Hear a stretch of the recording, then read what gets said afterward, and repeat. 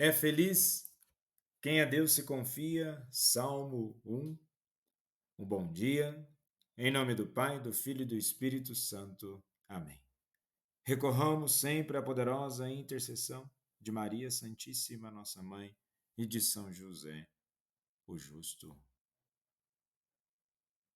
E a felicidade de se confiar em Deus é exatamente, pois seguiremos o conselho da bondade e da justiça de Deus e não andaremos em conformidade com os conselhos dos perversos. Também não entraremos no caminho dos malvados, nem junto aos zombadores vamos nos sentar. Mas encontraremos o nosso prazer na lei de Deus. Se confiamos em Deus, não é pensando apenas em conformidade daquilo que achamos, a inconformidade daquilo que Deus quer para o melhor em nossas vidas. Na liturgia de hoje, celebramos o ofício da memória de São John Henry Newman, que no mês que vem, em novembro, será proclamado doutor da Igreja pelo Papa Leão XIV. E ele disse assim: viver é mudar, e ser perfeito é mudar frequentemente. Vejamos bem, a mudança é inevitável em nossas vidas. Agora, esse mudar frequentemente é esforçar-se no caminho da conversão, se abrindo cada vez mais à graça santificante de Deus em nossas vidas, para que então verdadeiramente sejamos pessoas novas. O caminho ao qual nós vamos percorrer certamente não é fácil, pois temos que constantemente lidar com a nossa própria natureza, as dimensões dos nossos pensamentos, sentimentos, ou seja, lidar com aquilo que traz conflito dentro de nós mesmos, traz dimensões as quais também nos agrada, mas tudo isso tratando sempre da dinâmica da vida. E na primeira leitura de hoje da profecia de Malaquias, capítulo 3, dos versículos 13 ao 20, é um diálogo de Deus com seu povo, no qual o Senhor confronta a infidelidade e a frieza espiritual de Israel pós-exílio. É uma resposta direta à murmuração e ao ceticismo do povo. E quantas vezes nós murmuramos, reclamamos sem saber? Pode ser que nós não verbalizamos em palavras, mas já construímos pensamentos e até mesmo sentimentos de murmuração. E vejamos que nos versículos 13, 14 e 15 há pontos a quais Deus vai exatamente responder. O povo, em vez de se arrepender, questiona a Deus. Vejamos bem, há uma necessidade tremenda do ser humano se converter e se tornar melhor.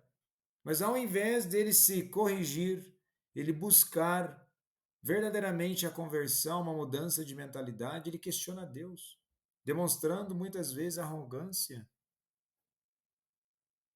Também nós temos a murmuração que se traduz na crença de que é inútil servir a Deus. Vejamos bem, se nós não tomarmos cuidado e a todo momento nós ficarmos reclamando, falando as coisas, pensando sobre determinadas coisas, isso se torna crença. A crença não só no ideal de fé, mas a crença é uma internalização de pensamentos e de sistemas aos quais nós vamos nos acostumando com aquilo, e quanto mais nós nos acostumamos, nós nos tornamos refém de um universo que nós criamos em nossas mentes, em nossa forma de ser. E com isso, vai ficando difícil sermos obedientes à vontade de Deus. E depois a inversão de valores.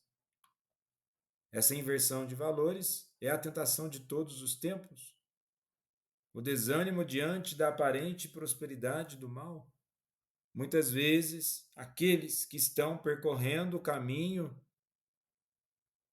ao olhar para outros que muitas vezes não estão nesse caminho de prosperidade espiritual, vendo que materialmente eles ganham, pode aí ocorrer um certo desânimo. Afinal de contas, somos humanos, nós comparamos, mas nós não podemos ficar comparando de uma forma imatura que nos leva a um desânimo desnecessário. E no evangelho de hoje, em Lucas capítulo 11, dos versículos 5 ao 13, traz a dimensão da parábola, onde tem uma dimensão de uma aplicação universal e direta. E já bem conhecida é sobre o amigo que importuna o outro amigo pedindo para algo de comer. E é sobre a atitude que devemos ter diante de Deus.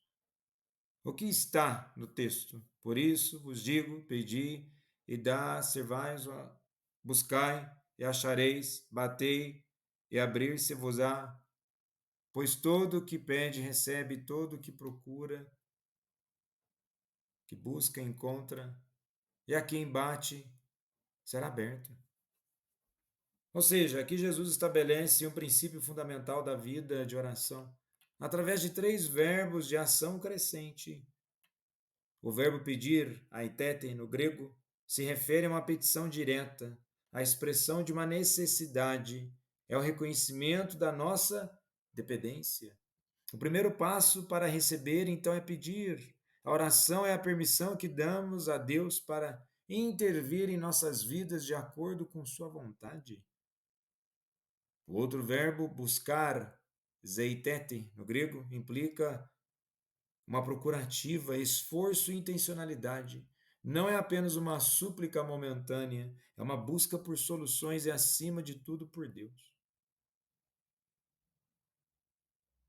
É uma resposta em direção à própria face de Deus. E o outro verbo, bater, croete, é a ação mais intensa, significa insistir na porta, como amigo da parábola, representa a perseverança em face do silêncio, da dificuldade ou da sensação de porta fechada. Há uma promessa dessa porta ser aberta. Para o persistente, o caminho se abre. A importunação, que era mal vista entre homens, é a atitude encorajada por Jesus diante de Deus. Não porque Deus seja relutante, mas porque a perseverança forja o caráter e demonstra a seriedade do nosso desejo. A oração eficaz não é passiva, é um movimento progressivo de fé, da simples petição, pedir, ao esforço determinado, buscar, e à fidelidade inabalável, bater. E Jesus encerra buscando exemplos cotidianos. Qual dentre vós é o pai que, se o filho lhe pedir pão, lhe dará uma pedra? Ou se pedir um peixe, lhe dará um lugar de peixe uma cobra? Ou se lhe pedir um ovo, lhe dará um escorpião? Ou seja, um pai humano, imperfeito e com falhas, Jesus os chama de maus, em contraste com a perfeição de Deus. Não engana ou prejudica seu filho de propósito. Ele atende ao pedido do filho com o melhor da provisão que tem. Ele não troca o que é bom pelo que é inútil ou perigoso. E nesse sentido, Deus também jamais agiria contra a sua própria essência, que é o melhor para nós. E o melhor para nós é que tenhamos vida em plenitude. E para alcançarmos a plenitude, é preciso passarmos pela transformação. São João Henry Newman, rogai por nós. Jesus, manso e humilde de coração, fazei nosso coração semelhante ao vosso.